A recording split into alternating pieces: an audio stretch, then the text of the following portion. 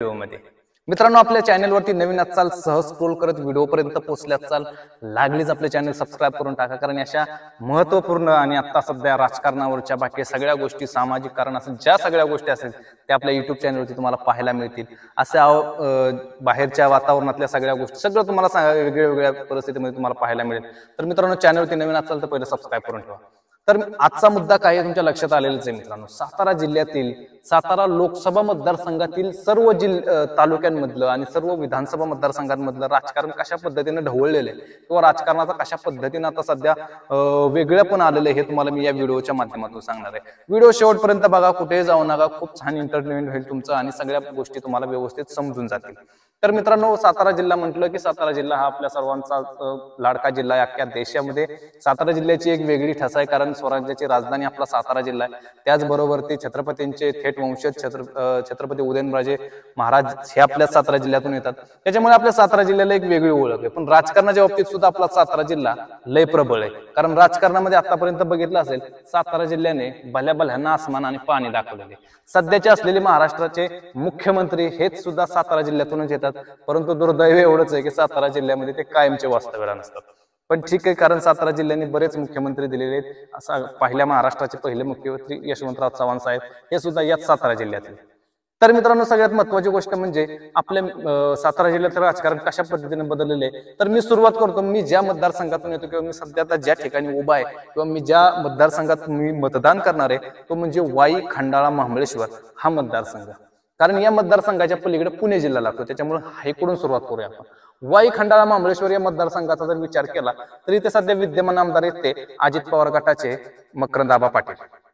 मकरंदाबा पाटील हे सुरुवातीला शरद पवार साहेबांबरोबर गेले होते. परंतु काही कारखान्याचे असतील किंवा इथल्या काही आर्थिक गोष्टी असतील किंवा काही त्यांच्या पर्सनल गोष्टी असतील किंवा आपल्या विधानसभेच्या या मतदारसंघाच्या विकासाच्या गोष्टी असतील, या सगळ्यांसाठी ते पुन्हा एकदा अजित पवार गटात गेले. आणि आता सध्या ते अजित पवार गटाचे इथले संभाव्य उमेदवार म्हणजे ते आहेत. कारण 3 वेळा इथे ते जिंकलेले आहेत. त्याच्यामुळे आता सुद्धा ते या ठिकाणी उभे आहेत.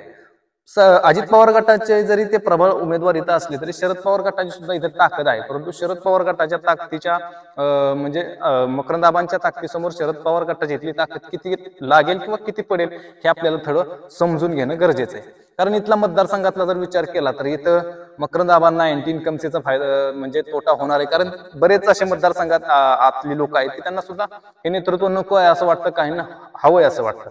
त्याच्यामुळे मकरंदाबांना तसा इथं जो आपण म्हणतो ना प्रबळ दावेदार असं कोणीही नाही. परंतु इथं पुरुषोत्तम जाधव जे साताराचे शिवसेना जिल्हा प्रमुख आहेत शिंदे गटाचे, ते सुद्धा या ठिकाणी एक प्रबळ उमेदवार म्हणून ठरतील.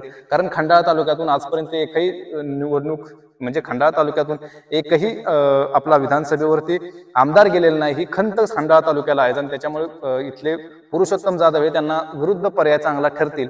भले ते तुतारीत आले तर खूपच चांगलं होईल. परंतु या ठिकाणी मकरंदाबांना थोडंसं जास्तच म्हणजे जास्त माप देण्यात काय हरकत नसावी.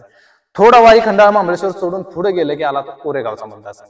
आता लोकसभेला उभे राहिलेले आपले शशिकांत शिंदे साहेब हे तुतारी म्हणजेच तुतारी वाजवणारा माणूस शरदचंद्र पवार गटाकडून उभे होते. परंतु आता ते पुन्हा एकदा विधानसभेला सुद्धा उभे राहतील. कारण तो विधानसभेचा त्यांचा मागचा मतदारसंघ आहे. मागच्या वेळेस त्यांचा पराभव झाला होता.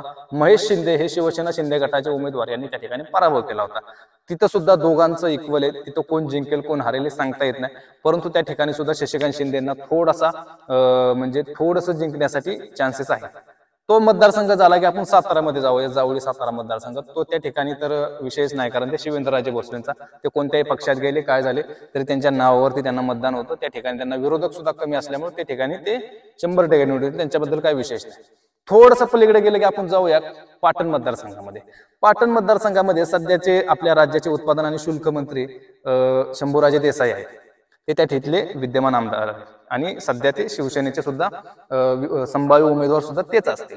परंतु तिथं मात्र त्यांना थोडासा तोटा होणार आहे. कारण लोकसभेला तिथून पाटणमधून जे लीड गेलेले आहे ते तुतारी गटाकडे गेलेले आहे, म्हणजेच शरदचंद्र पवार साहेबांच्या पक्षाकडे गेलेले आहे. त्याच्यामुळे तिथं जे त्यांचे विरोधक आहेत पाटणकर म्हणून ते त्या ठिकाणी 100% निवडून येण्याची शक्यता आहे. परंतु जर शंभूराजे देसाईंची ताकद कमी पडली तर ते निवडून येण्याची दाट शक्यता आहे.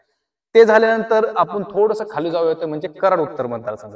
कराड उत्तर मतदारसंघामध्ये बाळासाहेब पाटील आहेत, जे त्यांचं निर्वाद वर्चस्व आहे पहिल्यापासूनच. त्या ठिकाणी त्यांना विरोधक जास्त तयार झाले, भाजप वाढली परंतु एका लिमिट पर्यंतच त्या ठिकाणी वाढलेली. त्याच्यामुळे बाळासाहेब पाटलांना सुद्धा त्या ठिकाणी खूप चांगला स्कोप आहे आणि त्या ठिकाणी ते निवडून येतील. कराड उत्तर झाला की थोडंसं पलीकडे गेले की लागतो कराड दक्षिण. आता कराड दक्षिण म्हणजेच पृथ्वीराज बाबांचा मतदारसंघ.